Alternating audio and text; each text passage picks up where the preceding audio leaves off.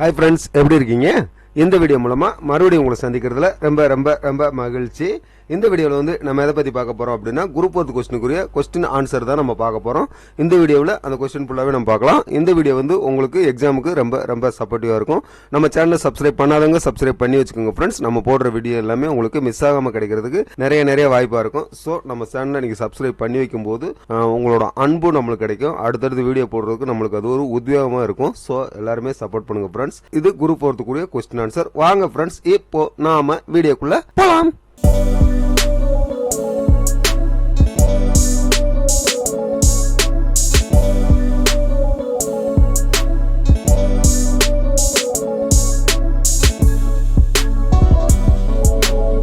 வாங்க ஃப்ரெண்ட்ஸ், இந்த வீடியோவோட ஃபர்ஸ்ட் கொஸ்டினை நம்ம பார்த்தலாம்.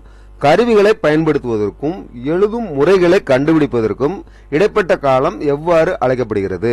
கருவிகளை பயன்படுத்துவதற்கும் எழுதும் முறைகளை கண்டுபிடிப்பதற்கும் இடைப்பட்ட காலம் எவ்வாறு அழைக்கப்படுது அப்படின்னா, வரலாற்றுக்கு முந்தைய காலம் அப்படின்றதான் இதோட சரியான ஆன்சர்.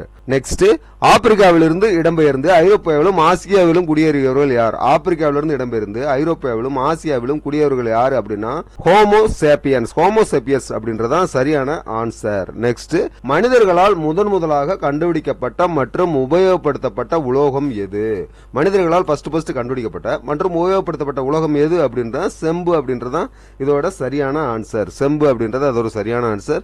நெக்ஸ்ட், கொஸ்டின் நம்பர் 4 பாருங்க. அபு சிம்பல் என்னும் இரட்டை கோயில் யாரால் கட்டப்பட்டது? அபு சிம்பல் என்னும் இரட்டை கோயில் யாரால் கட்டப்பட்டதுன்னா, எகிப்து அரசன் 2ஆம் ராமசிஸ் அப்படி அவங்களாலதான் வந்து கட்டப்பட்டிருக்கு. எகிப்து அரசன் 2ஆம் ராமசிஸ் அவங்களாதான் கட்டப்பட்டிருக்கு அபுல் சிம்பல் என்னும் இரட்டை கோயில்.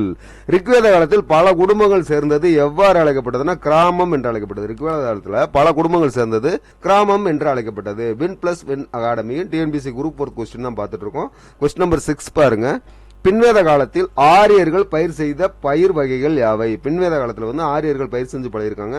அதோட பயிர் வகைகள் எதெல்லாம் அவங்க பண்ணாங்க அப்படின்னா, நெல், கோதுமை, பார்லி இதைத்தான் வந்துட்டு அவங்க பண்ணியிருக்கிறாங்க, பயிர் செய்த பயிர் வகைகள். நெக்ஸ்ட், மகாவீரர் கடுமையான தவத்திற்கு பின்னர் எல்லையற்ற அறிவை அடைந்த நிலையின் பெயர் என்ன அப்படின்னா, கல்வல்பய அப்படின்றத அதோட சரியான ஆன்சர். மகாவீரர் தான் சொல்றாங்க. கடுமையான தவத்திற்கு பின்னர் எல்லையற்ற அறிவை அடைந்த நிலையின் பெயர் கைவல்ய அப்படின்றத சரியான ஆன்சர். அறவோர் பள்ளி என்பது சமணத்துறவிகள் வாழ்ந்த இடம் என குறிப்பிடும் நூல் எது அப்படின்னா, மணிமேகலையில் தான் சொல்றாங்க. அறவோர் பள்ளி அப்படின்றது சமணத்துறவிகள் வாழ்ந்த இடம் தான்ப்பா அப்படின்னு சொல்லிட்டு நம்ம எங்க ப்ரூஃப் ஆகுது அப்படின்னா, மணிமேகலையில தான் நமக்கு ப்ரூஃப் ஆகுது. நெக்ஸ்ட், புத்தரின் சிலைகளையோ உருவப்படங்களையோ வணங்காமல் கொள்கைகளை மட்டுமே பின்பற்றியவர்கள் எந்த பிரிவை சார்ந்தவர்கள்? அங்க வந்து மகாயான ஹீனயான 2 பிரிவு இருக்குது. இதுல வந்து புத்தரின் சிலையையோ உருவங்களையோ வணங்காமல் கொள்கைகளை மட்டுமே பின்பற்றியவர்கள் எந்த பிரிவை சேர்ந்தவங்க அப்படின்னா, ஹீனயான பிரிவை சேர்ந்தவங்க தான் அவங்க.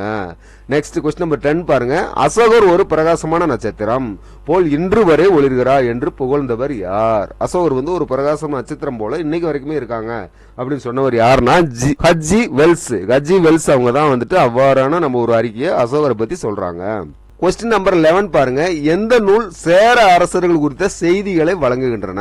எந்த நூல் வந்து சேர அரசர்கள் குறித்த செய்திகளை வந்து நமக்கு வழங்குது அப்படின்னா, 18 தான் அவ்வாறு நம்மளுக்கு செய்திகளை கொடுக்குது. நெக்ஸ்ட், புத்த சரிதம் நூலின் ஆசிரியர் யாருன்னா, அசோகோசர் வந்து புத்த சரிதம் நூலின் ஆசிரியர். யாருடைய காலத்தில் காந்தாரக்கலை செழித்தோங்கியது அப்படின்னா, கணிசர் காலத்துல தான் காந்தாரக்கலை வந்து ரொம்ப செழிப்பா இருந்திருக்குது. கொஸ்டின் நம்பர் 14 பாருங்க. அக்பரின் ஆட்சியை பற்றியும் மத கொள்கையை பற்றியும் கூறும் நூல் எதுனா, தாரிகி பதானி. அக்பரோட ஆட்சியை பற்றியும் மத கொள்கையை பத்தி நமக்கு எந்த நூல் சொல்லுது அப்படின்னா, Tarikhi Badauni. Next, question number 15 பாருங்க. இபன் யாருடைய காலத்தில் இந்தியா வந்தார்? இபன் பதுதா அப்படின்னு சொல்றோம்ல, அவர் வந்து யாருடைய காலத்துல இந்தியா வந்தாங்கன்னா, முகமது பின் துக்ளக் காலத்துல தான் அவங்க இந்தியா வந்திருக்கிறாங்க. இது வின் பிளஸ் வின் அகாடமியின் டிஎன்பிசி குரூப் 4 கொஸ்டின் தான் கண்டினியூவா பார்த்துட்டு இருக்கோம். கொஸ்டின் நம்பர் 16 பாருங்க. கங்கை கொண்டான் என்னை தன்னை பிரகடனப்படுத்திக் கொண்டவர் யார்? கங்கை கொண்டான் கடாரம் என்றான் இது மாதிரி தன்னை வந்து பிரகடனப்படுத்திக் கொண்டவங்க யார் அப்படின்னா, முதலாம் Rajendra Cholan. Next, question number 17 பாருங்க. பாண்டிய அரசு செல்வ செழிப்பு மிக்க உலகிலேயே மிக அற்புதமான பகுதியாகும் என புகழாரம் சூற்றியவர் யார்? மார்க்க போல தான் அவ்வாறு புகழாரம் சூட்டுக்கா. வெனிஸ் நாட்டு பயணி மார்க்க போல அவங்க தான் சொல்லியிருக்கிறாங்க. பாண்டிய அரசு செல்வ செழிப்பு மிக்க உலகிலேயே மிக அற்புதமான பகுதி அப்படின்னு புகழாரம் சூட்டியிருக்கிறார் மார்க்க போலோ.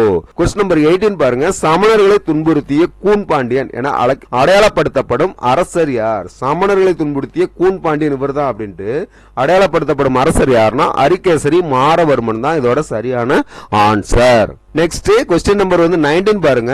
குதிப்பினாருக்கு அடிக்கல் நாட்டியவர் யார் அப்படின்னா குத்புதீன் ஐபக். குதிப்பினாருக்கு அடிக்கல் நாட்டியவர் யார் அப்படின்னா குத்புதீன் ஐபக். அதை முடிச்சு கொடுத்தவங்க யார் அப்படின்னா இல்துமிஸ். அதை முடிச்சு கொடுத்தவங்க இல்துமிஸ். அது எக்ஸ்ட்ரா கொஸ்டின். குதிப்பினாருக்கு அடிக்கல் நாட்டியவர் Qutbuddin Aibak. Next question number 20 பாருங்க. டெல்லியை காலியாக கைவிடப்பட்டதாக ஆனால் குறைந்தளவு மக்களோடு இருந்தது என குறிப்பிடுபவர் யார்? டெல்லி வந்து காலியாக கைவிடப்பட்டதாகவும் ஆனால் குறைந்தளவு மக்கள் அங்க வாழ்ந்துட்டு இருந்தாங்க அப்படின்னு சொல்றவர் யாருன்னா இவன் பதுதா தான் சொல்றாங்க. வின் பிளஸ் வின் அகாடமியின் டிஎன்பிஎஸ்சி குரூப் 4 கொஸ்டின் தான் பார்த்துட்டு இருக்கோம். Question number 21. சிவாஜி காலத்தில் மக்கள் செலுத்திய வரியின் பெயர் என்ன அப்படின்னா சவுத் மற்றும் சர்வேஸ் முகி அப்படின்னு 2 வரி செலுத்திருக்காங்க. யாரோட காலத்துல அப்படின்னா சிவாஜி, மராட்டிய மாவீரர் சிவாஜியோட காலத்துலதான் சவுத் மற்றும் சர்வேஸ் முகி அப்படின்னு 2 வரி வந்து வசூல் பண்ணியிருக்காங்க. கொஸ்டின் நம்பர் 22 பாருங்க. பக்தி இயக்கம் அல்லது வழிபாட்டு முறைகளான புத்தெழுச்சி தமிழகத்தில் எந்த நூற்றாண்டை ஒட்டி தொடங்கியது அப்படின்னா 7ஆம் நூற்றாண்டு ஒட்டி தான் தொடங்கி இருக்கு. பக்தி இயக்கம் அல்லது வழிபாட்டு முறைகளான புத்தெழுச்சி வந்து தமிழ்நாட்டில் 7ஆம் நூற்றாண்டு காலத்துல தான் வந்துட்டு தொடங்கி இருக்கு.